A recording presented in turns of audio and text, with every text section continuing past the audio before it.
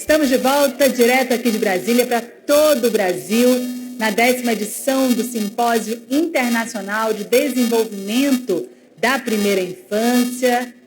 Depois dessa breve, importantíssima pausa, né? Sinto que as pessoas trocaram ideias, estão aí já repercutindo a primeira discussão. Peço que quem está chegando, por favor, tome seus assentos.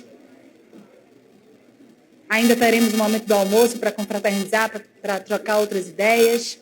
Vamos chamar mais um painel. A implementação de políticas públicas para a primeira infância a partir de evidências. Como a gente tem reforçado por aqui, qualidade, escala e efetividade devem nortear a implementação de políticas públicas. Nesse contexto, o uso de evidências se torna essencial para subsidiar a tomada de decisão de gestores públicos. Então, convido ao palco Felipe Fischer, professor de excelência em aprendizagem da Graduate School of Education da Universidade de Stanford e diretor do Stanford Center on Early Childhood. Nesta mesa, contaremos também com Maíra Souza, oficial de desenvolvimento infantil na primeira infância no Unicef Brasil. Thank you. E com a participação da Joana Simões Costa, diretora do Departamento de Monitoramento e Avaliação do Ministério do Desenvolvimento e Assistência Social, Família e Combate à Fome. Convido também para mediar esta mesa Cláudia Vidigal, representante da Fundação Van Leer no Brasil, fundadora do Instituto Fazendo História, psicóloga e mestre em Psicologia Social pela PUC São Paulo. Boas-vindas. Antes de tudo, peço que, por favor, façam as suas autodescrições e depois podemos dar início a esse tão esperado painel. Muito obrigada. Bom dia.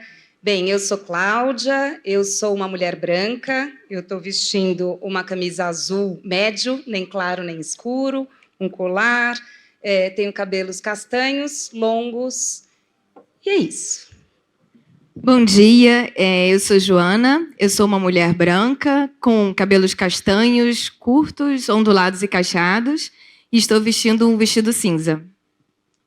Bom dia, eu sou Maíra Souza, sou uma mulher negra de cabelos trançados e visto uma roupa toda preta, tal qual Philip. My name is Phil, and I used to have dark hair before it all fell out. I have a gray beard and dark glasses. I'm white, and I'm wearing all black. Muito obrigada. Bem, é uma imensa honra poder mediar essa mesa em que a gente vai falar sobre implementação de políticas públicas para a primeira infância, pautadas em evidências científicas. Esse simpósio, além dele ser marcado pela questão do enfrentamento à desigualdade, da equidade, como a gente falou ali no começo, né, oferecer mais para quem mais precisa, a gente também tem que saber como a gente oferece mais a quem mais precisa. Quando a gente fala de implementação, nós estamos querendo olhar mais de perto, com lentes mais próximas ao processo de implementação das políticas públicas.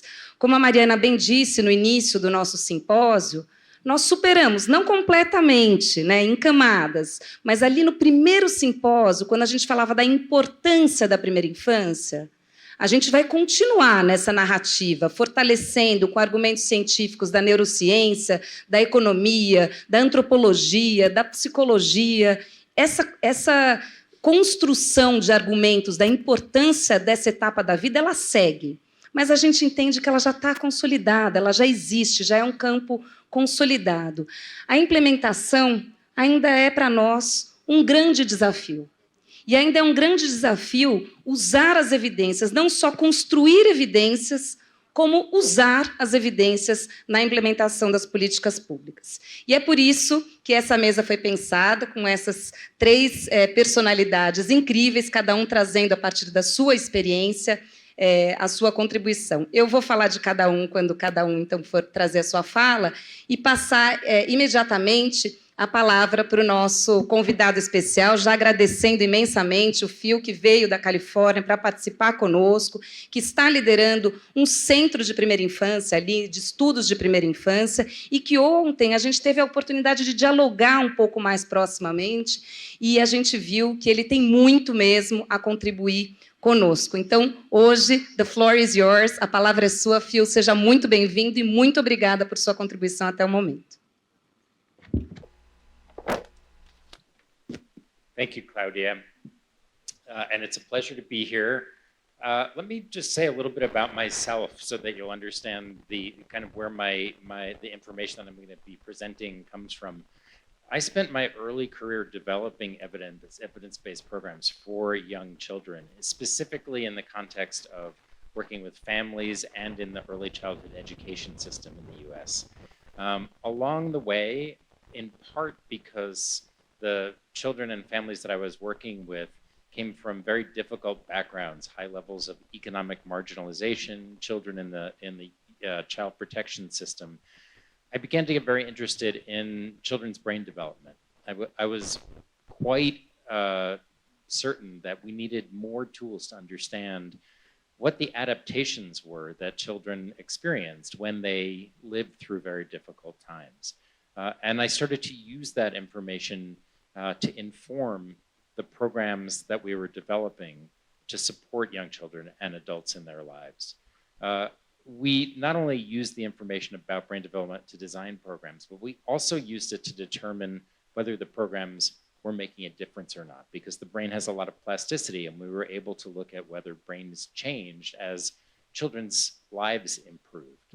But all through that process, I think there was a question of when does this become really relevant and important to the general public? Around the mid-90s, there began to be a lot of interest in translating the science of brain development to make it much more accessible. And so that was sort of another chapter that I was very involved in.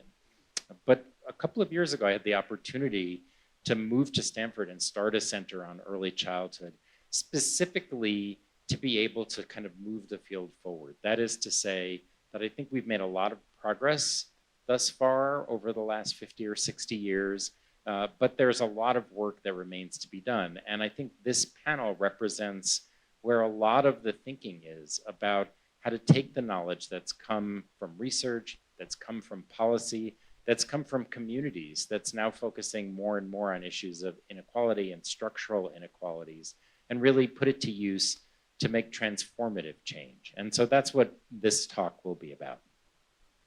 I want to start just by acknowledging that in the last few decades, there's been an increasing amount of understanding that investments in early childhood are among those that deliver the biggest returns financially. That is to say, if we spend public and private resources on early childhood social programs and programs for health, we see the outcomes as really producing more economic benefits and social benefits over the course of the lifespan than if we wait until later. This is the work that I'm sure many of you know of Nobel laureate Jim Heckman. As I mentioned, the brain science that's been going on, especially as modern neuroscientific tools have become more widely available and easy to use, have made it possible to understand why early childhood is such an important period for everything that follows. Here you see two different brain imaging techniques, and we're going to be hearing a little bit more about those from Nadine earlier. The science of early childhood brain development has made it clear that the experiences that children have in the earliest years of life are really what shapes brain architecture over the course of the lifespan. And it has huge implications for everything that follows, for school learning and achievement, for health, for emotional and mental health, and everything else. And it really is in the context of early relationships, nurturing relationships that we heard about with the nurturing care framework, that we see the biggest impacts happening. We also know that in the absence of those kind of supportive and buffering relationships, that children are much more vulnerable, and we see changes and alterations in brain development as a result of this. Now, I mentioned that this information, which sort of used to live mostly in research laboratories, in the last 2 decades has really crossed over into the knowledge that the general public has, not just policymakers, but everybody now knows this. This is a slide that shows the use of a game that was developed by Judy Cameron and colleagues called the Brain Architecture Game that really helps to illustrate how different experiences can shape the brain and subsequent development for better or for worse. And so with this knowledge now, we're really seeing much more emphasis and support for early childhood programs. But I want to note that public and private resources are scarce.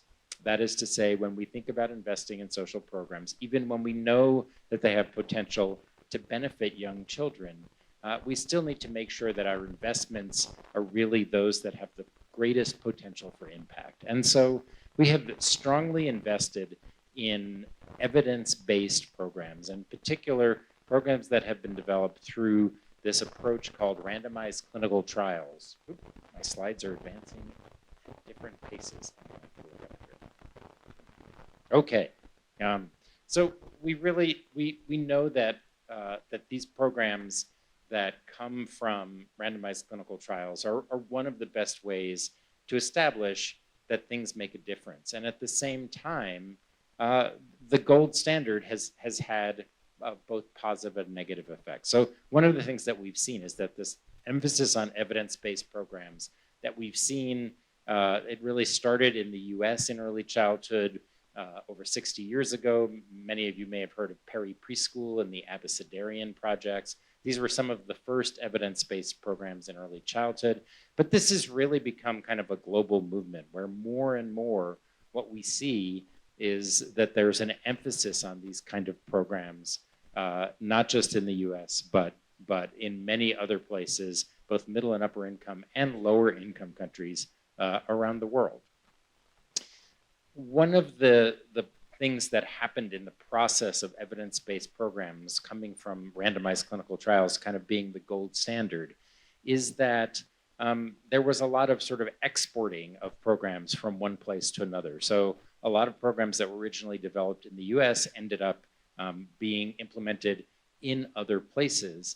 And it's safe to say that those experiences had some positive impacts, but also that there were some questions about the kind of the overall benefits of this process of importing or exporting programs that had been developed and evaluated elsewhere. Another approach that has been increasingly common in recent years is to look at programs that have developed more locally, either in community settings or within countries, specifically based on knowledge, based on the culture of these places. And again, these kinds of programs have had some positive impacts, some less positive impacts, but they represent an alternative to just taking things from one place and moving them to another. The overall sort of sense of what is necessary in order to increase the impact of these kind of programs that have been evaluated through this randomized clinical trial approach has borrowed from a field called implementation science. Implementation science has been around for a long time, but in this context, it's really about how ideas get put into place and really can be used effectively once they make it into kind of widespread use. The ideas behind implementation science have been particularly applicable in early childhood programs when the process has involved looking at programs that were developed in highly specialized settings, often in university settings or very highly controlled settings, and then spread more into real-world contexts. One of the sort of main conclusions of implementation science in that context is that some of the barriers to programs becoming more useful and sort of delivering the same kinds of results that were delivered when they were originally evaluated has to do with the extent to which programs continue to be delivered the way they were originally designed and tested, and also whether people actively engage, so the people receiving those programs are actually participating in them. Now, there might be a tendency when you think about these things, fidelity are people who are delivering a program, doing it accurately, are people who should be participating, not participating, as sort of the fault of the places where the programs are being implemented. But there's been a lot of discussion about whether these kinds of programs, when they're taken from one place and moved to another, are a good fit. And so to a certain extent, it may be that implementing things exactly as they were originally designed isn't a good fit for the context in which these ideas are now being spread, or that they're not that desirable for the children and families and other adults who are receiving them. Nevertheless, I think it's safe to say that when we really look at the kind of the overall information that we've garnered from looking at the implementation of evidence-based programs over the years. This is a meta-analysis that was done by Greg Duncan and Catherine Magnuson. And what you can see, these are just US programs, but what you can see is that the average impact of these programs, so these are sort of like the gold standard programs, not only has not been particularly transformative, but it's actually decreased slightly over the years since the very first programs are implemented. So unlike many areas like pediatric medicine, where we see things getting better and better in terms of treatments and cures for diseases, in the early childhood social space, we actually haven't seen that same progress. And this is in spite of many efforts to use science, to use brain science, to really make a difference in the lives of young kids. So as I said, when we created this new center at Stanford, we were very interested in what we could do to move the field forward. And in particular, among the things that we're working on is really analyzing what are the existing challenges in this process that's existed for a long time of designing programs, garnering evidence for them, and then thinking about what we mean by impact. And in that context, we've been working a lot on thinking about how to improve processes to make them more efficient.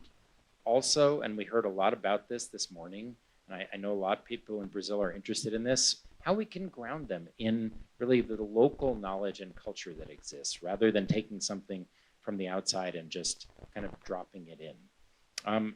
My colleague, Joan Lombardi, who's been really central in the development of our center, and many of you may know, has talked a lot about that programs at a local level have limited chance of working, in particular because of the intersectoral nature of early childhood that we've been hearing about, if there isn't an existing municipal or civic infrastructure that focuses on early childhood. In the absence of that, things just end up being very fragmented.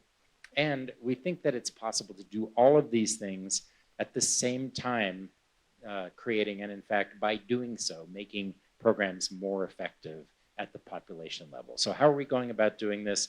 We've really been thinking about the development of new tools to help improve this whole process, and also new pathways for gathering evidence and for considering what impact means that are consistent with and adjacent to the way that science has proceeded historically, but doesn't necessarily rely exclusively on, say, randomized clinical trials as the only form of learning about or improving programs. These processes and pathways, or tools and pathways, really fit broadly in the context of this concept of rapid cycle research. And in particular, we see this kind of approach, the tools and pathways, as focusing on two things. First of all, on the design process. I think one of the things that we have not done nearly enough of is really think about how research can be used in designing effective early childhood development and education programs. And then second, we can really rethink what we mean by evidence and what we mean by really evaluations to be much more specific about thinking about what works for whom and why.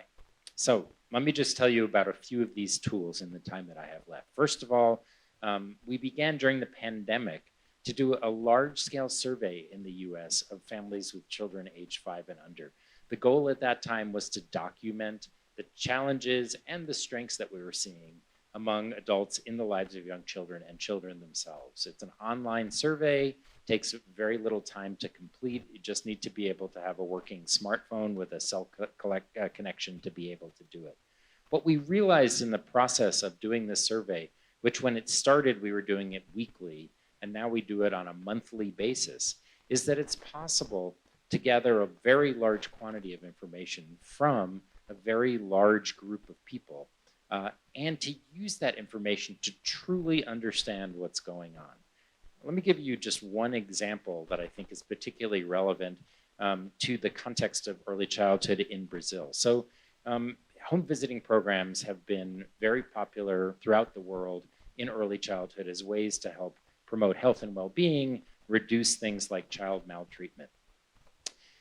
When parents were asked at the beginning of the pandemic about whether home visiting programs were really essential if they were receiving them, one of the things that happened was there was this groundswell of information where parents were saying, you know, I like home visits sometimes, but do I have to have a program that means that somebody is always coming into my home every time a visit is supposed to occur? Sometimes I'm tired, my house is messy.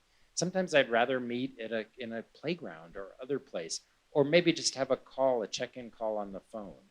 And again, there was this tension moment where the people who are the recipients of this program, and in many cases, the home visitors who are delivering these programs were saying, we've been hearing this for years, but we've been told by the programs we have to do it exactly the way it was told. And again, when you think about the issue of fidelity and engagement, these are concerns that really need to be addressed. So in our survey, we've been able, we did not specifically ask about home visiting, but we've asked about lots of other things. And that information is critical because it helps us understand what families and other adults and children really want and need, and what are the strong points in families that we can support.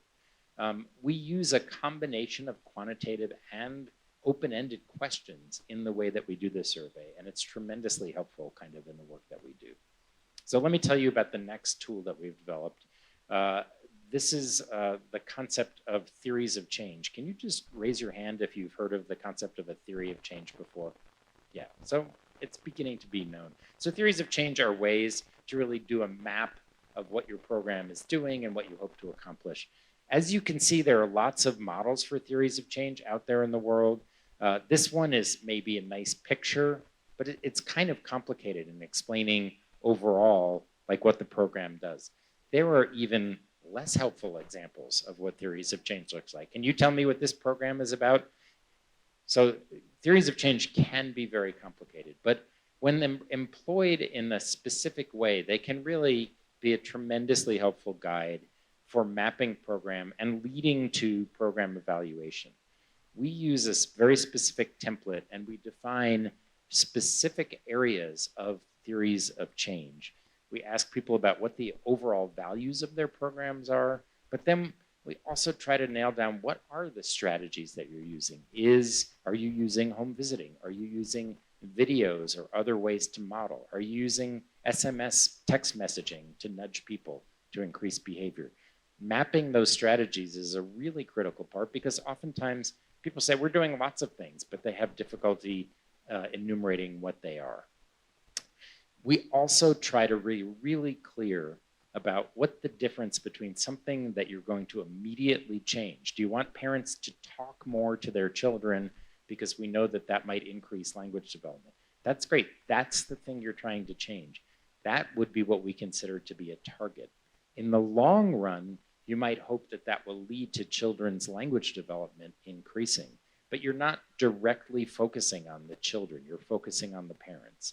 And so in the absence of that kind of clarity, then what we tend to do is develop evaluations where we measure tons of things and we don't know what's working or what's not, and we don't really know what we think is gonna have the most immediate effect versus sort of more subsequent effects like dominoes falling. And the last part of the theory of change template that we use is from the start, and we heard about this earlier, to get people to think about this question of who's gonna benefit? Who do we think is most likely to benefit? Who might not benefit as much from our existing program? In this way, we can begin from the start to think about ways we might make adaptations and changes to the program based on more reliable and predictable aspects of who's more or less likely to benefit. So the theory of impact template looks something like this, and we work with organizations in the development of programs or with programs that have already been developed to kind of make sense of this. The last thing that I'm going to talk about in the time that I have is really the question of, and this is more about pathways. We have historically moved much too quickly to the kind of rigorous randomized clinical trials to evaluate things, when in fact, in any context where a new policy is leading to the development of programs, there are many stages that we need to go through in order to get to a place where it makes sense to spend the time and money on a randomized clinical trial. So I think one of the first, and I think this is applicable in the context, for example, of Criança Feliz, this national program that I've been hearing about, is that in many instances, when you try to develop something that has wide implementation, there's going to be a tremendous amount of variability in the availability of the workforce and the infrastructure that exists. If attention isn't paid to that in the early phases, the likelihood of things getting off the ground in a successful way is more limited. Oop, I see I've moved on again. My slides are out of sync with what I'm looking at. Okay. Beyond that, I think there are subsequent stages which I would just lay out from the concept of optimization. That is, once you've got the infrastructure in place and you begin to try things out, there are a lot of things that you can work on, including, are the strategies being implemented? Are they being implemented as they were designed or not? Maybe some of the strategies you don't need. Are we seeing the most dramatic impacts? That is, are parents really talking more to their children if it's that kind of a program? In that context, it's really important that we think about these early stages long before we engage in kind of the more long-term things. So I'm just going to sum up and conclude here by saying that even though the field of early childhood development has made great progress, in some ways the reliance that we have on these sort of historical tools really is depriving us of the opportunity to think about the whole process as one not of proving the impact of a policy or a program, but really that we can use these tools to learn about in the design phase and in the evaluation phase much more about what's going on with the program, and to be thinking about things much more from a continuous improvement model. And my sort of argument, or my what I'm always try to convince funders, policymakers, and fellow researchers to think about is that if we can move from thinking about evaluations as delivering proof and really think about them, as has happened in industry and many other sectors, as ways to learn about and improve what we were already doing. And we incentivize the learning and improvement process through specific research tools, then we can expect to see more progressive improvements in the impacts of these programs. In the absence of that, if we stick with these binary all or none kind of areas of focus, I think we have much less likelihood of programs going beyond what we saw in that graph, where we have things kind of remain relatively stable. Even as we invent new programs and try new things, history has shown us that without some new strategies, we're kind of likely to level off and not continue to make progress. So I'll stop there, and I think I'm supposed to pass this to the next speaker.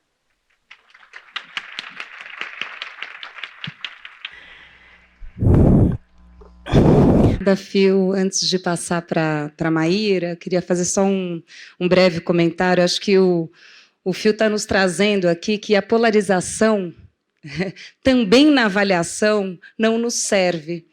A radicalização de processos, aqui eu estou buscando resultado, aqui eu estou buscando avaliação de processo. Quantas vezes a gente já se viu tentando pregar esse carimbo, né, para que a gente olhasse, aqui eu estou realmente buscando avaliar impacto, resultado, e aqui não, aqui eu estou avaliando processos. E o que ele nos traz é, olha, a gente vai precisar tentar juntar um pouco mais essas coisas. A gente não vai abrir mão de buscar evidências, de construir dados e evidências sobre as políticas públicas, mas a gente precisa fazer todo esse processo comprometido com a aprendizagem, né, com as melhorias, com as oportunidades que a gente vê durante o processo de crescimento. E acho que mais ainda quando a gente está falando de implementação, e quando a gente percebe, e no Brasil a gente percebe que muitos dos nossos programas, as falhas residem na implementação.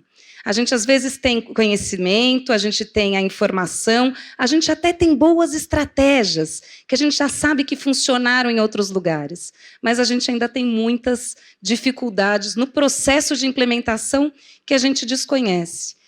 E eu acho que o Phil fala de uma coisa muito bonita, que é dessa escuta verdadeira, que ontem a gente ouviu também numa fala da Dagmar, que é assim, o que funciona para quem? Será que eu estou, de fato, conseguindo escutar quem está recebendo esse programa?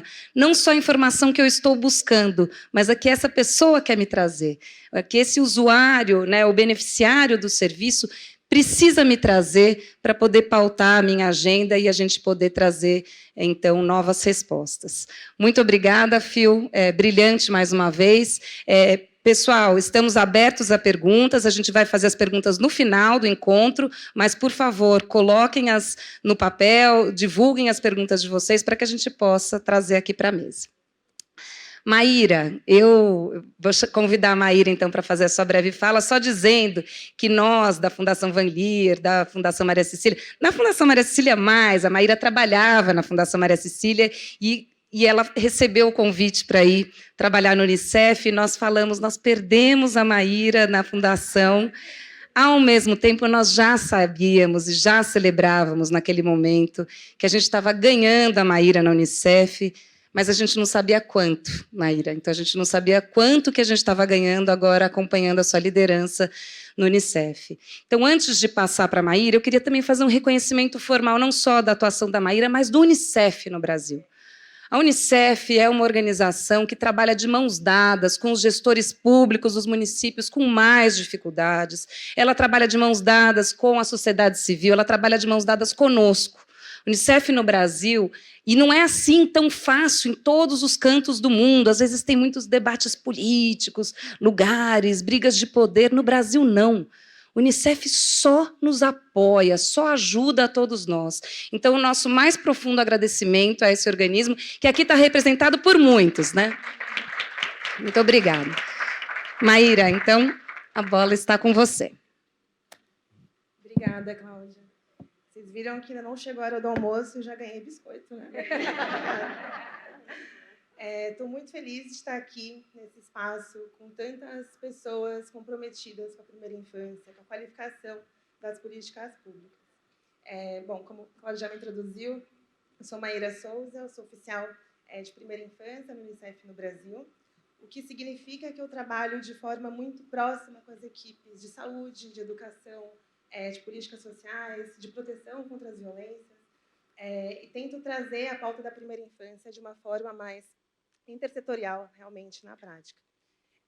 E quando a gente fala de qualificação de serviços, de evidências, de políticas públicas, a gente sempre se pergunta, mas para quem que são, né, essas políticas? Né?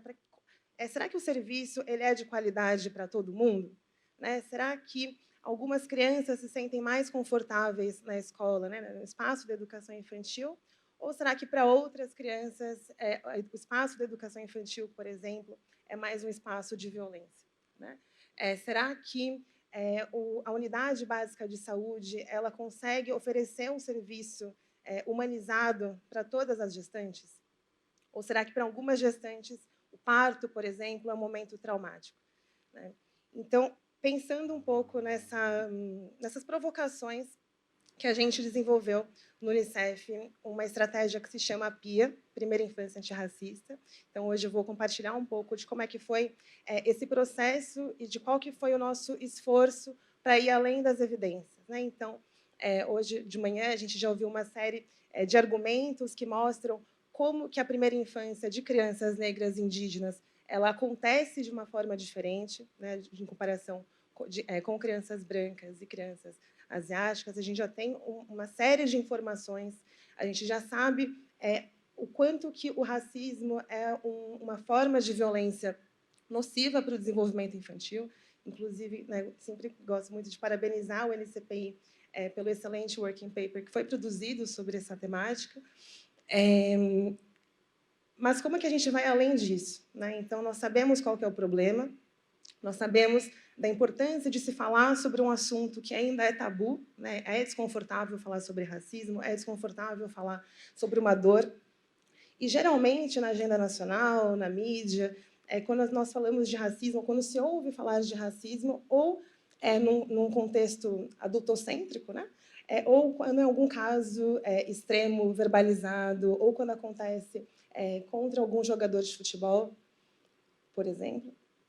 Mas a gente desconsidera que o racismo está presente no cotidiano de todas as crianças negras e indígenas brasileiras, sem exceção. Né? Foi cotidiano na minha infância, dos meus pais e provavelmente dos meus filhos. Então, como é que a gente fala sobre isso e normaliza esse debate? Né? Como é que a gente não só fala sobre esse assunto, mas também pensa como ir além desse problema? Né? Então, o que a gente pode fazer de diferente? Então, como o Cláudio apontou, nós estamos em muitos lugares do Brasil, e essa é sempre uma pergunta, né? O que nós, profissionais, podemos fazer? O que a gente pode fazer de diferente? Então, pensando nisso, nós desenvolvemos o PIA, que é uma estratégia que é não só de sensibilização sobre os impactos do racismo no desenvolvimento, mas também propõe alguns caminhos, né? Algumas soluções possíveis para que os profissionais, tanto de saúde quanto de educação infantil e também de assistência social, eles possam oferecer realmente um serviço mais qualificado e mais humanizado, que seja, de fato, antirracista. E a gente, desde o começo, veio muito com esse desafio de como pregar para o não convertido. Né? Como é que a gente aproveita, inclusive, a visibilidade de uma organização como o Unicef, que consegue abrir muitas portas, para despolitizar o debate, né, no sentido de que falar sobre isso de determinado posicionamento político ou não, mas realmente ir além e avançar na discussão. Então, o processo de criação do PIA ele envolveu muitos atores, né? Então, em nenhum momento o Unicef teve essa pretensão e nem essa expectativa de encontrar uma forma para solucionar o racismo no Brasil. Isso, né, nunca passou pela nossa cabeça. Mas a gente começou primeiro a mapear quem que está falando sobre isso, quais que são as organizações, tanto do movimento negro e do movimento indígena, mas também quais que são os especialistas que debatem sobre essa pauta, quais que são os conteúdos e os estudos que já têm sido produzidos, tanto estudos científicos quanto também evidências empíricas. Né? Então, nós fizemos todo esse exercício de mapeamento e chamamos todo mundo para uma sala de Zoom, aqui tem alguns prints, para pensar, bom, o que a gente já tem de evidência, o que está sendo discutido, o que vocês já estão fazendo e o que nós podemos fazer juntos.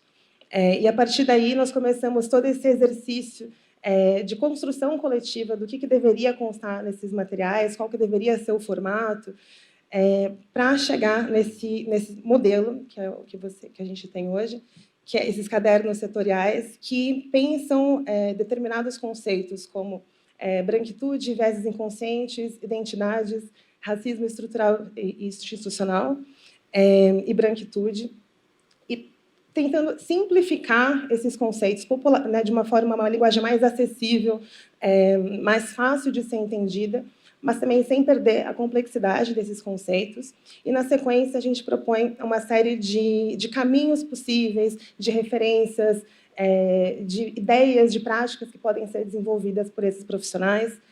Nós desenvolvemos também uma websérie que conta com participação, inclusive, do Humberto, que estava aqui de manhã, mas que fala sobre as diferentes formas de parentalidade antirracista. Então, a gente falou sobre paternidade negra, maternidade negra, enfim, a gente trabalhou uma série de conceitos. É importantíssimo também destacar, esqueci de falar isso no começo, mas que essa estratégia foi desenvolvida em parceria com o Instituto Promundo, que nos apoiou no processo de construção da estratégia e também de redação desses materiais, e vocês encontram tudo que a gente produziu no www.unicef.org/Brasil/PIA. E aí o nosso desafio era, ok, a gente já tem materiais, mas como que a gente pode propor ir além desses materiais? Né? Então, como é que nós não evitamos criar mais uma série de materiais de gaveta ou só um PDF que vai ficar, né, esquecido em algum lugar?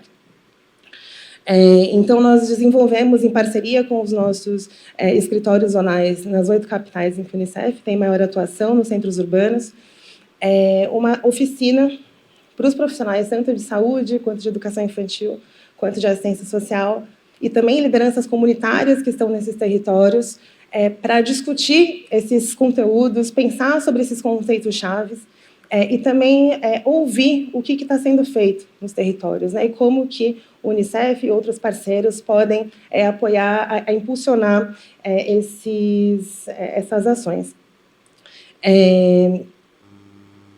Essas oficinas, elas, enfim, na época que a gente começou a desenhar esse formato de oficinas, pareceu super fácil, uma ótima ideia que daria para ser facilmente executada, mas foi muito desafiador e também muito rico perceber o quanto que o racismo ele opera de uma forma muito diferente, muito parecida nos diferentes espaços, né? Então, em todas as oficinas, nós falamos muito sobre a construção da autoestima, da subjetividade, sobre violência policial, violência obstétrica, enfim, uma série de camadas. Mas nos momentos em que, né, na parte da tarde, em que a gente analisou os dados de cada território, em que a gente fez essa provocação para os participantes, de fazer um diagnóstico da primeira infância daquele território, em que os municípios tiveram que desenvolver planos de trabalho, né, ou seja, a gente propôs uma atividade em que eles tinham que sair com um compromisso daquela tarde, daquela manhã. E foi muito importante ver também o quanto que existem nuances inimagináveis, que para mim também foi um grande aprendizado, né, em ver como que essa temática é abordada de uma forma muito diferente em todo o Brasil. E aí isso leva à próxima pauta, né, que é como que a gente avalia subjetividades, né, como é que a gente avalia mudanças de comportamento sobre temas que não são falados, né? Como é que a gente consegue perceber como é que a gente consegue mensurar algo que não é dito, como é que a gente mensura um olhar, né? Ou como é que a gente consegue perceber essas sutilezas, as diferenças de tratamento que são, enfim, violações de direitos em diferentes sentidos. Então, a gente está com esse desafio, inclusive, né, de ir além dos indicadores de processo, que é o que nós temos, né? Então, nós temos quantos profissionais nós chegamos em cada capital, nós temos o perfil desses participantes que foram formados nessas oficinas do PIA, nós temos os números de alcance nas redes sociais, mas nós não temos ainda um indicador que consiga mensurar em que medida as práticas antirracistas conseguiram ter um efeito e atenuar essa experiência e essa violência que é o racismo no nosso país. Então, assim, a gente tem essa informação de que os participantes estão utilizando os materiais, que eles sentiram que aprenderam outras formas possíveis no seu exercício cotidiano, mas a gente ainda tem esse desafio de como mensurar essa ponte entre a informação, a sensibilização e a ação, né? Que essa é a grande proposta do PIA. E, por fim, também só trazer alguns pontos de reflexões e de lições aprendidas.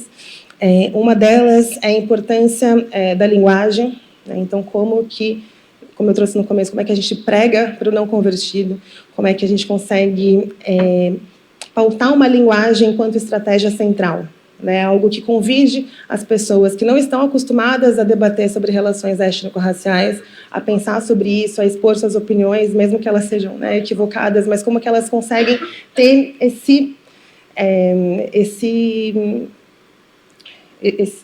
a palavra, assim, como é que eles conseguem fazer diferente, pensar diferente, como é que a gente consegue fazer uma provocação mais eficaz nesse sentido. Tem sido muito importante nesse processo de implementação do PIA a discussão sobre escala e sustentabilidade. Então, a ideia não é que esse debate seja monopolizado pelo Unicef, pelo contrário, a gente quer que o maior número de organizações e parceiros possíveis estejam nessa construção junto com a gente. e como também articular com as políticas públicas municipais, estaduais e também a nível do governo federal, né? Então, a gente está articulando uma série de possibilidades de parceria. Eu estou falando assim, me segurando, porque eu sou fofoqueira, eu quero contar tudo o que está acontecendo, mas vamos deixar desse jeito. E também como que a gente vai inserindo essa pauta nas diferentes agendas que existem nas prefeituras, né? Então, por exemplo, teve oficinas do PIA que aconteceram durante semanas de primeira infância ou que estiveram articuladas com agendas pré-existentes em cada capital. Então, fazer isso de forma, né, costurada, integrada, para que a gente consiga garantir não só a intersetorialidade, mas também a sustentabilidade e a apropriação desse debate. E, por fim, só destacar que racismo, né, não é questão de opinião. Então, como a gente aprendeu já essa manhã, é uma questão de dados, de evidência. A gente tem números, a gente sabe os impactos realmente nocivos que o racismo tem no desenvolvimento. Não sou eu, Maíra, que estou falando, não é a Unicef, não é a Fundação, não é o NCPI, é uma questão de evidências e de dados, e que assegurar uma primeira infância livre de racismo não vai ser possível. A gente já sabe que não vai ser possível porque, enfim, por toda a construção da história do nosso país, mas todos nós temos a responsabilidade de tentar fazer minimamente diferente para garantir uma primeira infância antirracista para todas e todas. Obrigada.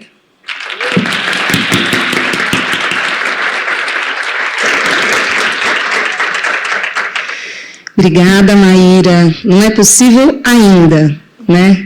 A gente, acho que são muitas camadas e realmente não é possível ainda, e é importante que a gente possa fazer essa afirmação para que a gente possa enfrentar o problema.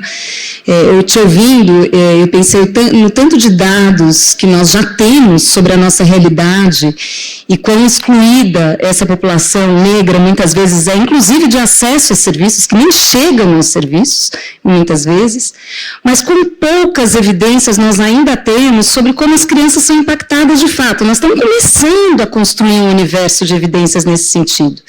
E eu acho que o Primeira Infância Antirracista, o PIA, ele vem contribuindo para compartilhar o que já temos de dados, mas provocar, né, o que ainda falta, o que a gente ainda precisa olhar com mais atenção, e como a gente falou nesse simpósio, a gente vai falar disso 50 vezes, né, que a gente precisa olhar cada vez mais para quem não está sendo tão enxergado e para quem mais precisa. Eu fiquei pensando também, Maíra, e me lembro de uma reunião em que a Sônia Venâncio estava conosco à mesa, e a gente falou, poxa, mas tem algum critério de inclusão no Criança Feliz da cor da pele? Existe? Da raça? É critério? Não, não é. Poxa, mas podemos fazer que seja. Podemos fazer que seja. Vamos fazer que seja, vamos fazer que seja. Então, vamos estudar isso, como é que a gente vai incluir? Vamos estudar isso e pensar como é possível incluir. Critério de inclusão. Ontem a gente teve, mais uma vez, um dia histórico no país em que as cotas, novamente, foram aprovadas, né, mais 10 anos de cotas nas universidades, foi renovado a legislação, exato, momento de celebração, então temos aí mais 10 anos, mas nós podemos também criar sistemas de cotas nos serviços, ter metas, eu não sei se é cotas, né, mas são metas de ampliação dessa população no acesso aos serviços, no Criança Feliz, nas creches, nos outros serviços que a gente oferece. Então, acho que a gente... Na priorização, exatamente. Então, metas de ampliação da população negra tendo acesso a esse tipo de serviço. E por isso, né, já começando a falar do Criança Feliz, vamos passar, então, para a última palestrante da nossa mesa, Joana. Muito obrigada por estar conosco. A Joana representa o MDS, que representa muito para a primeira infância no país, né, em muitos campos. Eu dizia que esse ano é um ano que a gente... Na narrativa, em alguns momentos, a primeira infância perdeu espaço, porque tinha uma disputa, como se a narrativa, como se o valor da primeira infância fizesse parte de algum debate político ou de algum posicionamento político. Não. Todos nós, acredito eu, né, somos a favor de um bom começo de vida para todos. Então, este não é um posicionamento político. Assegurar um bom começo não é algo de direita, de esquerda, de um candidato, de um presidente ou de outro. É uma agenda nossa, coletiva de todos nós. E esse ano, então, teve esse momento, né, de disputa de narrativa. Será que é a primeira infância que vai abraçar, que não vai abraçar? E Vital compartilhou comigo um estudo do impacto da transferência de renda para as famílias com as crianças pequenas e já dos impactos em 6 meses. Então, esse ano, a resposta do governo federal já é uma resposta altíssima no que se dizia a respeito à mudança da situação das famílias mais vulneráveis do nosso país. O Bolsa Família, com o adendo das crianças, com o adicional para as crianças pequenas, é gigantesco em termos de impacto para as nossas famílias. E não podia não ser, porque a gente sabe que nós tivemos retrocessos tão gigantescos quanto. Então, nós estamos só começando um processo de retomada para que esses ganhos e para a primeira infância possam seguir. O MDS, acho que tem aí um papel importantíssimo, inclusive apostando na coleta de dados, investindo na coleta de dados, fazendo com que o Brasil possa ser enxergado, né? São muitos estudos, não só do Bolsa Família, mas de diversos programas que vão nos mostrando um Brasil que muitas vezes a gente não via. E enxergando esse Brasil, o MDS vai construindo suas respostas, obviamente, em parceria com o Ministério da Educação, com o Ministério da Saúde. E o Criança Feliz é um programa que fez parte desse processo no MDS. E antes de passar para a Joana, eu queria dizer que a gente vivenciou, nesse primeiro semestre, a oportunidade de debater com o governo, sociedade civil, representantes dos municípios, representantes dos estados, o que é esse programa Criança Feliz? Onde ele é bom? Onde ele é ruim? E não era a partir de opiniões. Foi a partir de apresentação de uma série de evidências científicas, de pesquisas, de avaliação de impacto, de avaliação de processos, de comparação de estratégias. E o governo, que chegava bastante ressabiado por razões óbvias e que tinha muitas razões políticas para estar ressabiado com esse programa, foi humilde o suficiente para falar: eu quero aprender com evidências científicas, com dados, para tomar uma melhor decisão informada do rumo desse programa para o nosso país. E foi muito bonito assistir e participar desse processo. Esse processo foi liderado pela Simone Albuquerque. Nós perdemos a Simone Albuquerque. A Simone Albuquerque, ela conduziu esse processo numa liderança democrática, participativa, como uma defensora dos SUAS, que eu não conhecia outra igual. Eu a conheci esse ano. Se tornou para mim uma inspiração e uma referência, e não para mim, para todos de quem ela já era referência no SUAS, e para muitos que começaram a conhecê-la e que tomaram um susto com a força, com a firmeza e com a delicadeza daquela mulher. Ela foi incrível, e eu não estou exagerando, não. Ela foi mesmo incrível. E ela conseguiu, antes de nos deixar, aprovar um documento do reordenamento do Criança Feliz, pautado em evidências científicas e pautado na academia, construir, aprovar com GEMAS, com todos os SUAS, com todos os conselhos. Então, ela trouxe o programa para dentro do SUAS, de onde ele deveria ter nascido. E, por fim, ela conseguiu ainda fazer um plano de trabalho para a implementação e garantir que a gente tivesse orçamento assegurado para 2024. Esse é o começo da homenagem para a Simone, porque quem vai continuar é a Joana, que preparou a dela, mas eu gostaria de pedir uma salva de aplausos aqui para a Simone Albuquerque, que não está conosco hoje aqui.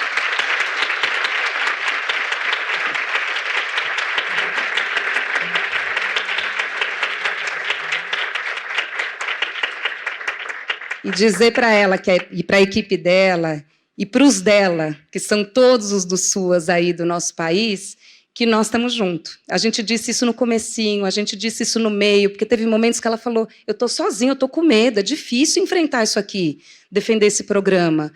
É muito difícil. E muitas vezes a gente falou: você não está sozinha, vamos construindo isso junto. Várias pessoas disseram, os estados disseram, os municípios disseram. Enfim, essa história, quem vai contar um pouco mais em detalhes e também contar do papel que vem desempenhando o MDS é a Joana. Então, Joana, muito obrigada pela sua presença e a bola está com você.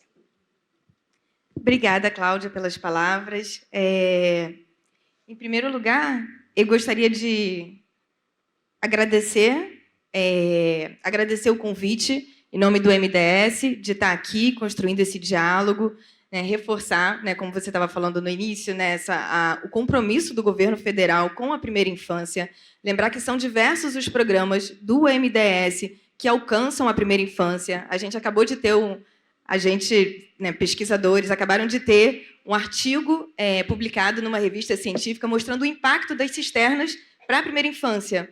Então, e esse é um programa que está sendo retomado, revigorado, né, no governo esse ano. Então, lembrar que são diversos os programas realmente do MDS que alcançam, né, resultados na primeira infância e reforçar esse compromisso. Então, agradeço em nome do MDS, né, estar aqui, estar construindo esse diálogo com vocês, é muito importante, né, para a gente essa parceria. E eu estou aqui representando o trabalho de 2 secretarias do Ministério. Ao longo da apresentação isso vai ficar mais claro, porque eu separei um pouco de acordo com as atribuições das secretarias, né? Eu sou da SAGCAD, né? Mas quem estava à frente desse reordenamento, né? E dessa transformação, né? Dos resultados, dessa transformação dos resultados de avaliações em política, né? No aperfeiçoamento da política pública, é a SNAS, né? Que é a Secretaria Nacional de Assistência Social, né? Fundamentalmente na figura da Simone. Cláudia já falou aqui também. Mas só dizer também, eu sou economista, sou servidora pública, eu sou do IPEA, estou cedida para o MDS, cheguei lá também esse ano, também não conhecia a Simone. E a força dela realmente é muito incrível, e ela estava à frente, ela estava conduzindo essa transformação de evidências empíricas em política pública, né? E ela é uma figura fundamental para o SUAS, uma figura fundamental na luta contra a desigualdade, que é tema do simpósio também, né? Então, nossa homenagem para Simone Albuquerque presente. E aí vou começar aqui falando um pouco do trabalho da SAGCAD. O Ministério do Desenvolvimento Social ele tem uma secretaria que pensa, né, a coordenação das atividades de monitoramento e avaliação, que é a SAGE. A SAGE foi criada em 2004. Então, o ano que vem vamos fazer 20 anos. E a SAGE ela é fundamental. Ela tem esse papel no Ministério de coordenar, né, esse processo de monitoramento e avaliação, para que a gente possa chegar nesse ciclo, né, de avaliação de políticas públicas, né, onde o nosso objetivo final é ter a política pública melhorada, é ter uma política pública de qualidade que atinja, de fato, os seus resultados. Só que, para isso, a gente tem que fazer avaliação. Então, a gente faz a avaliação, a gente executa, a gente apresenta os resultados e a gente faz essa pactuação de melhorias, né, que vão ser realizadas, né, que era esse o trabalho, né, da Simone à frente do reordenamento do Criança Feliz. E a gente implementa as melhorias para, no final, a gente ter uma política pública de qualidade, né? Esse é o objetivo da avaliação. É importante, porque, às vezes, a gente associa a avaliação a uma ideia de punição, né? Vai ser punido o gestor ou a política. A ideia da avaliação, né, é a gente poder ter políticas públicas que sejam continuamente melhoradas, né? E esse é um processo contínuo. A gente não faz uma avaliação, implementa as melhorias e tem a política, e depois a gente tem que continuar essa avaliação. Então, da mesma forma que a gente estava aqui discutindo, né, estamos discutindo o reordenamento do Criança Feliz, a ideia é continuar esse processo de avaliação, né? Esse é um processo contínuo no ciclo. Então, já falei do papel da SAGCAD, que é a secretaria onde eu trabalho, né, que é a Secretaria de Avaliação, Gestão da Informação e Cadastro Único, né? A SAGE juntou com o Cadastro Único. E a SAGE ela teve um papel fundamental, né, no momento em que o Criança Feliz foi pensado, né? Nesse slide aqui, eu quero chamar a atenção para 2 importantes inovações do Criança Feliz. O Criança Feliz ele trouxe uma inovação no momento em que o gestor, né, essa eu acho que é uma pergunta muito comum para os gestores de políticas públicas, que é o momento de quando eu vou fazer a avaliação, né? Então, geralmente o gestor segue o ciclo de implementa a política e em algum momento ele vai pensar em avaliação. O Criança Feliz ele começou a pensar em avaliação no início dele. E isso é muito importante, né? É muito importante a gente pensar na política junto com a forma de avaliação. E essa foi uma grande inovação. A gente, né, tem que parabenizar o programa por isso, por pensar em implementação em conjunto com a avaliação. E o outro ponto importante que a gente precisa destacar também em relação ao Criança Feliz é o que tipo de avaliação, né? Então, o Fio já falou um pouco aqui, né? Que tipo de avaliação a gente vai fazer, né? Vamos fazer avaliação de processo, avaliação de impacto. E o que é importante a gente ter em mente? As avaliações, elas respondem, cada uma responde a um tipo de pergunta, né? Você faz o seu tipo de pergunta e aí você vai entender que avaliação vai responder essa sua pergunta.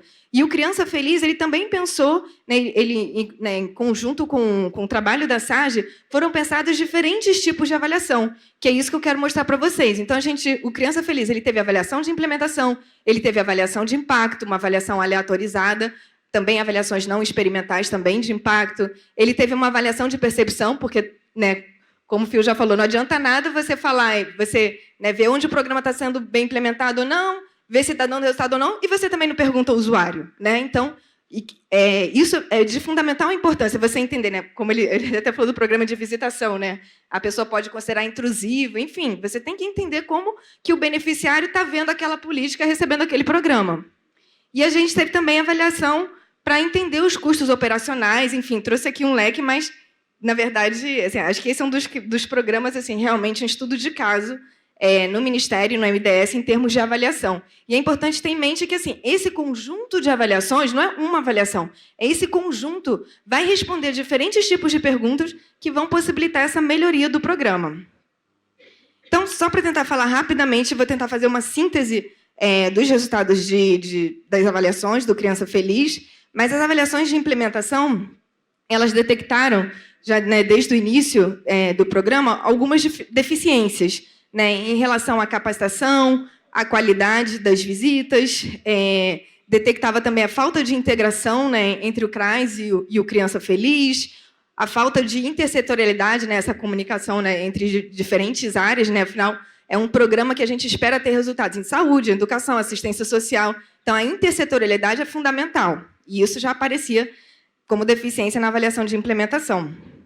Questão de infraestrutura, recursos, né? Então, falta de apoio para as equipes com gastos em transporte, alimentação, também problemas na contratação de equipes, né? Vínculos frágeis, baixos salários, alta rotatividade. Tudo isso foi detectado na avaliação de implementação. E a avaliação de impacto, né, mais relevante é essa que foi realizada de forma experimental pelo professor César Vítora, da Universidade Federal de Pelotas. E é importante dizer que a avaliação de impacto que foi conduzida por essa equipe, ela foi conduzida de forma simultânea com uma avaliação de implementação também. Por quê? Porque a avaliação de impacto ela vai dizer se o programa afetou ou não tal resultado. E como é que você entende qual é o mecanismo ali que não funcionou, né? O que não deu certo? Então, a avaliação de implementação conduzida por essa mesma equipe, ao mesmo tempo em que eles iam a campo para buscar os resultados, eles também iam a campo para fazer a avaliação de implementação. Então, faziam grupos focais, entrevistavam os visitadores, né, a equipe gestora. E aí, o que eles encontraram? Esse é um programa que ele foi implementado em larga escala. Então, isso é um grande desafio também, né? Avaliações de programas de visitação em menor escala têm um ambiente mais controlado. Então, enfim, você consegue garantir ali uma certa qualidade que na implementação de um programa em larga escala, em âmbito nacional, num país como o Brasil, né, é muito difícil. E o experimento ele foi pensado da mesma forma, de uma forma grande. Então, também é um experimento aleatorizado com 3.000 crianças, não são 150, 200, são 3.000 crianças, mais de 3.000 crianças que participaram desse estudo, que foi feito de forma aleatorizada em 30 municípios. E foram coletados dados sobre desenvolvimento infantil, sobre os estímulos recebidos pela criança, sobre a interação entre pais e filhos, entre cuidadores, né, e crianças, enfim, alguns resultados também psicológicos. E o estudo, né, vou resumir aqui, não tem muito tempo, não encontrou, né, resultados positivos em diferentes tipos de variáveis. Né? Mesmo quando aí a implementação, né, mostrou a deficiência na implementação, mas esses pesquisadores, mesmo quando eles controlavam para municípios onde o programa tinha sido melhor implementado, ainda assim eles não conseguiram encontrar resultados. A avaliação de percepção. A avaliação de percepção mostrava aspectos positivos pelos beneficiários, mas eles também apontavam aspectos negativos, vou pular, enfim, custos operacionais. E aí, o que eu quero falar para vocês? Como estava sendo trabalhado esse reordenamento? Aqui, só para ter uma ideia do tamanho do programa, né, em verde são os municípios atendidos. E aí, o que eu queria entrar aqui? A Cláudia mencionou, né, as reuniões, a CIT, eu acho que esse é um momento fundamental, porque foram nessas reuniões, né, nessa pactuação que acontece no âmbito da Comissão Intergestores Tripartite do SUAS, né, em que a gente estava vendo, de fato, as evidências serem transformadas em políticas públicas, num ambiente democrático, de discussão, conduzido pela Simone. Né? Então, nessas reuniões aqui, né, onde a gente viu assim, transformar evidências em políticas públicas, isso é um gap, é um problema não só no Brasil, é um problema ao redor do mundo. Muitos estudos indicam que, em parte, por exemplo, o problema é a comunicação. Então, a NCPI tem um papel fundamental nisso, nessa preocupação com a comunicação, né? Como você transformar numa linguagem, né, acessível para gestores, uma linguagem que é acadêmica, difícil, enfim. E nessas reuniões a gente estava vivenciando esse acontecimento, né? Essa discussão, né? Foram ouvidas, vale mencionar aqui, que para esse reordenamento, para essas resoluções, foram escutadas não só avaliações do Criança Feliz, né? A Simone trouxe também avaliações de diferentes programas, diferentes projetos, né? Para diferentes tipos de evidências empíricas para serem discutidas em conjunto com os normativos, com as recomendações dos órgãos de controle, enfim. E aí, aqui está um resumo do reordenamento, né? Que é um pouco essa discussão de quais são as etapas, né? O que vai ser feito em relação a esse redesenho do Criança Feliz. Eu corri, estava preocupada com o tempo, agora tenho 2 minutos, mas aí é bom que esse slide é um pouco... O que eu fiz aqui? Aqui, né, é um pouco esse resumo do reordenamento, e aqui eu tentei mostrar um pouco assim, como cada item que saiu naquela resolução está associado a algum resultado que foi apresentado em evidência empírica. Então, as evidências, né, mostravam a falta de integração entre equipes do Criança Feliz e do CRAS. E aí, para, né, melhorar essa integração, o que está sendo discutido? Uma atualização da tipificação para acrescentar, né, crianças e gestantes como público do Serviço de Proteção Social Básica no domicílio. Tá? Então, isso está lá previsto na etapa do reordenamento para ser discutido e ser aprovada essa atualização. Então, seria essa integração, né, do Criança Feliz com os serviços do SUAS, justamente atendendo a esse resultado que apareceu. Falta de intersetorialidade. Também, Simone também estava buscando, né, essa colaboração maior junto com o SUS, né, para pensar esse protocolo, para a oferta de cuidados à primeira infância, em conjunto, né, com o SUS. Né, também pensando em compartilhamento de dados, enfim, para discutir, né, a questão do vínculo frágil, empregatício, a falta de capacitação, a autorrotatividade, o problema de supervisão, né, o que está lá previsto na resolução do reordenamento. Adequar a nomenclatura das equipes técnicas. Né, isso significa discutir, né, a carreira, né, dos visitadores, um plano de carreira, enfim, né, conduzir essa discussão para atender, né, a essa questão. Então, pensar também em qualificação. Simone sempre falava também, pensava nessa parceria, né, com o MEC, com o Ministério do Trabalho, para pensar essa qualificação, né, do assistente social, integrar, né, em relação à falta de supervisão, integrar o supervisor, né, para a equipe de referência do CRAS, né, para garantir que vai ter a supervisão. Em relação à falta de impacto em diferentes indicadores de resultados, né, vai ser discutido também o aperfeiçoamento, né, dessa metodologia da visita domiciliar. Né, para isso vai ser criado, está lá previsto também, esse comitê de validação metodológica, né, para ser aprovado no âmbito desse comitê, né, esse aperfeiçoamento, né, do protocolo utilizado na visita domiciliar. E também vai ser discutido, né, também está prevista essa discussão, essa reformulação do modelo de gestão, governança e formas de financiamento, né, para atender a discussão, né, em relação à falta de apoio financeiro, né, e tudo isso sendo conduzido, como a Cláudia falou, num ambiente democrático, com muita discussão, enfim, que a Simone estava, de fato, à frente desse processo, liderando isso. Obrigada.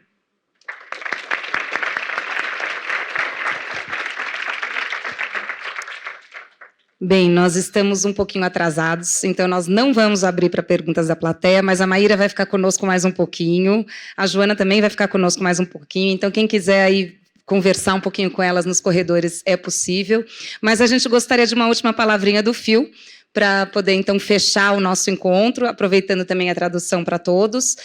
Phil, uma última pergunta em 2 minutinhos que nós temos para fechar a nossa mesa. A pergunta que nós recebemos foi: o trabalho da academia acontece e constrói as evidências científicas, dados, faz pesquisas, e muitas vezes essa informação não chega ao gestor público. Quais são as estratégias? O que vocês têm feito para que as evidências científicas sirvam, de fato, aos gestores públicos no seu trabalho? Great question. Thank you, Claudia. I think the challenge around how evidence can reach public managers and make it into policy is really requires changing the conversation. I think that's the biggest challenge that we have right now. That is to say that we understand that policymakers, and for that matter, private funders, have put their reputation on the line when they support or provide funding and resources for programs. And in that context, I think it's reasonable to expect that they would be looking for information that supports the idea that it was the right thing to invest in. The challenge, and the reason I say we need to change the conversation, is because we tend to think about the information in very binary terms. That is, we say it worked or it didn't work. And there is so much information, as we were just hearing about from Crianza Feliz, that can be learned from when information is collected in a systematic way, that I think the question of did it work or didn't it work is understandable from the perspective of somebody who's taken a risk. But it also really changes what research can do best, which is help us to understand and to improve. So we frequently talk about not did the program work or not, but what did we learn and what can be done to make it better. And if there's no ability for the evaluators or those who've been implementing the program or those who designed it to be able to answer those questions, then it's reasonable to say that this wasn't a safe risk. But if people can say, well, we learned that variations in the available infrastructure had a big impact on whether the strategies were implemented or not, that's a starting point. If we can say we didn't see changes in what we were hoping for from the children, but we have some ideas about what to do next. The process evaluation, qualitative data tells us that maybe some of the things that we were doing weren't really culturally well designed for those who were receiving it. All of those things. The other thing that is often the case is that we learn that even though, and we heard about this earlier, even though the program didn't work on average, there was huge variation in whether the impacts were measurable or not. But because we limit ourselves to was there an average impact, we miss many nuances in what the data can tell us. And so what I think is necessary as those who are communicating this information back to funders, back to government officials and policymakers, is to be able to say not just, oh, it worked or, oh, it didn't work, which is often the information that's being sought, but rather, here's what we now know that we didn't know before, and here's what we're proposing to do next based on what we know. And if that process can be engaged in, I think it feels more satisfactory to everybody. It also makes it so that when you're reporting the results of the study, it's not a bad thing if things didn't work. It's an opportunity to know more about it. And so it opens up the discourse to be much more broad, to be able to talk about things like structural and systemic racism that might be driving some of the effects that we're seeing. So it's really a kind of a game changer in how we approach the way we talk and think about this. Thank you very much, Phil. Muito obrigada, Maíra. Muito obrigada, Joana. Passo a palavra, então, para a nossa mestre de cerimônias, para dar os próximos passos. Obrigadíssima.